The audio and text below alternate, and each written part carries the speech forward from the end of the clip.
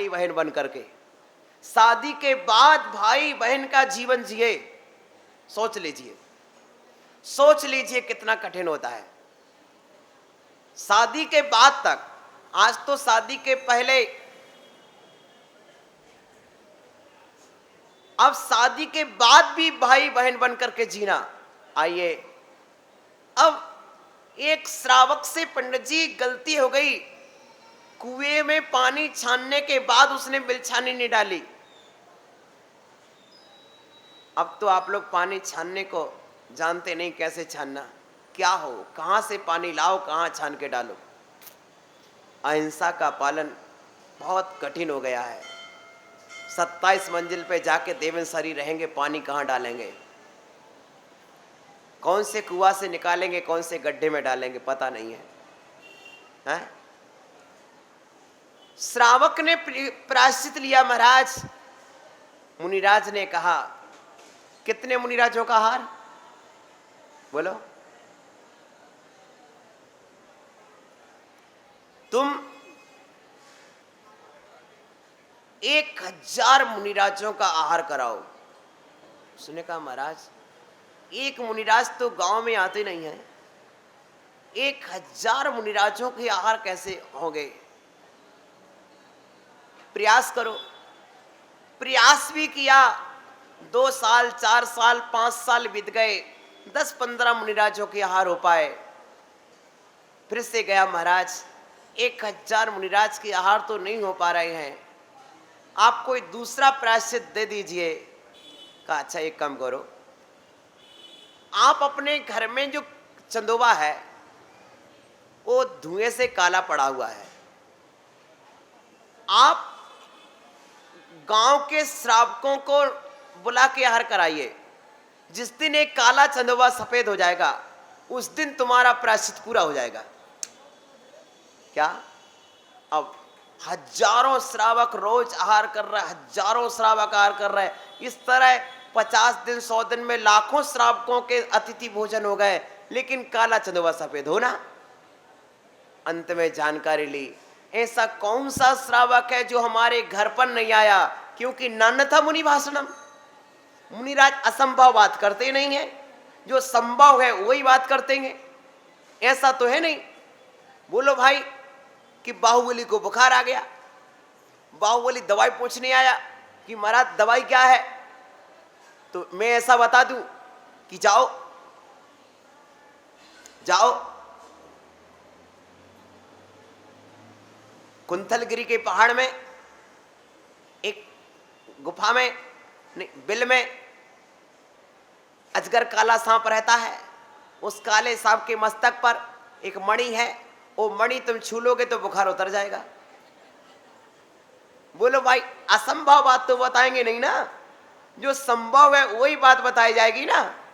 तो प्रिय बंधुओं, उसे विश्वास था, मुनि ने कहा है तो कोई ना कोई ऐसा होगा। पूरे गांव में खोजने के बाद मालूम चला एक घर से एक शादीशुदा जोड़ी अभी तक आहार करने नहीं आई है।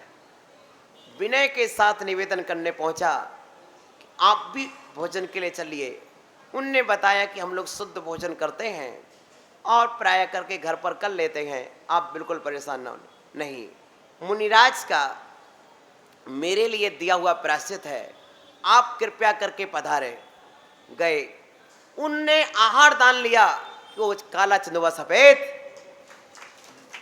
प्रिय बंधुओं, ब्रह्मचर्य की महिमा, ब्रह्मचर्य की महिमा। सीता अग्नि कुंड में कूदी, तब सीता ने क्या बोला था? हे अग्नि, यदि मैंने श्री राम के सिवा स्वप्न में भी पर पुरुष का चिंतन किया हो तो हे अग्नि तू मुझे जला देना। बोलो, ब्रह्मचर्य के प्रभाव से अग्नि कुंड नीर हो गया। पुरुषों में सुदर्शन सेठ, कौन सेठ? जिसने के ऊपर 5 बार उपसर्ग हुआ। श्रावक के जीवन में यदि कहीं उपसर्ग सुनने में आता पंडित जी, तो सिर्फ सुदर्शन सेठ के। एक बार राजा की रानी ने सुदर्शन सेठ को उठवा लिया, 3 दिन तक अपने घर में कैद रखी, बस में करने की कोशिश की। रानी कामासक्त थी, लेकिन सुदर्शन सेठ ब्रह्मचर्य में अडिग रहा।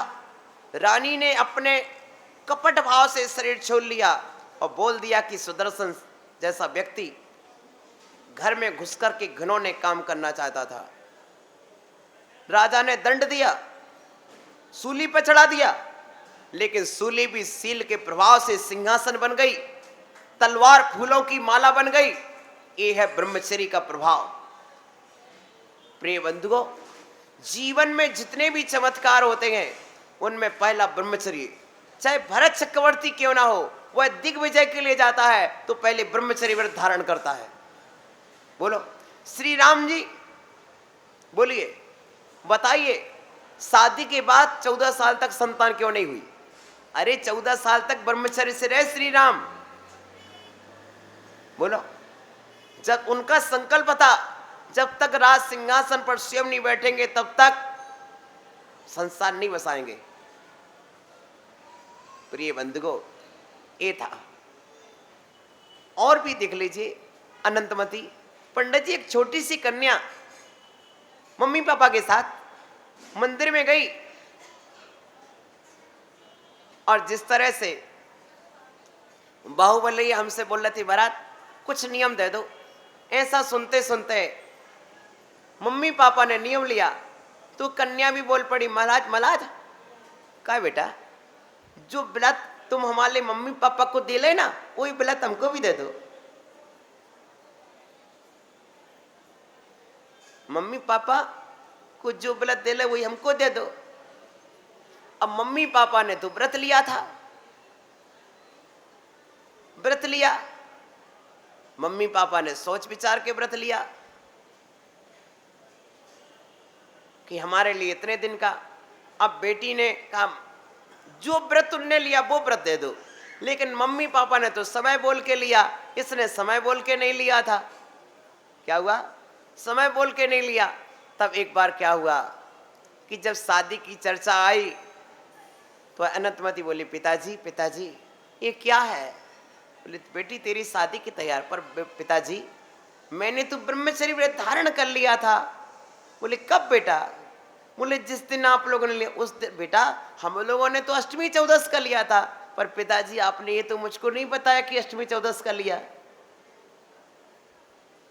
हमने तो दिन का नहीं लिया, हमने तो रात का नहीं लिया, हमने तो सिर्फ ब्रह्मचर्य व्रत लिया है। और ब्रह्मचर्य जब कोई नियम निश्चित ना हो तो वो नियम आजीवन माना जाता है। क्या होता है? बोलो बोलो। मैंने यदि नियम लिए थे तो थोड़े समय का होता है, जब नियम नहीं लिया मन नियम हो गया, संयम हो गया। संयम जीवन भर के लिए होता है और नियम थोड़े समय के लिए होता है। पिताजी तुमने नियम लिया था और हमने संयम लिया था। आखिर वो बेटी ने ब्रह्मचर्य व्रत निभाया। प्रिय बंधुओं, ब्राह्मी सुंदरी पिताजी के साथ बैठी थी। राजा महाराजा आते नमन करते।